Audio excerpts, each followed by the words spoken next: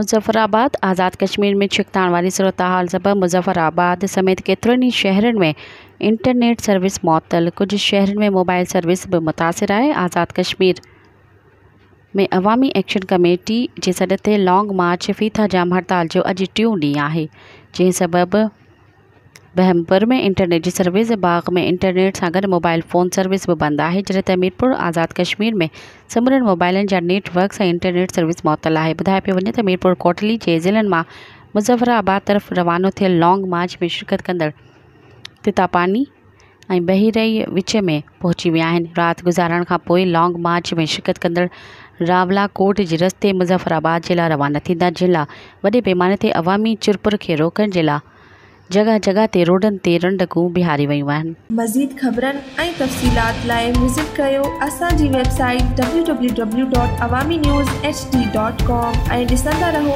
Awami news HD।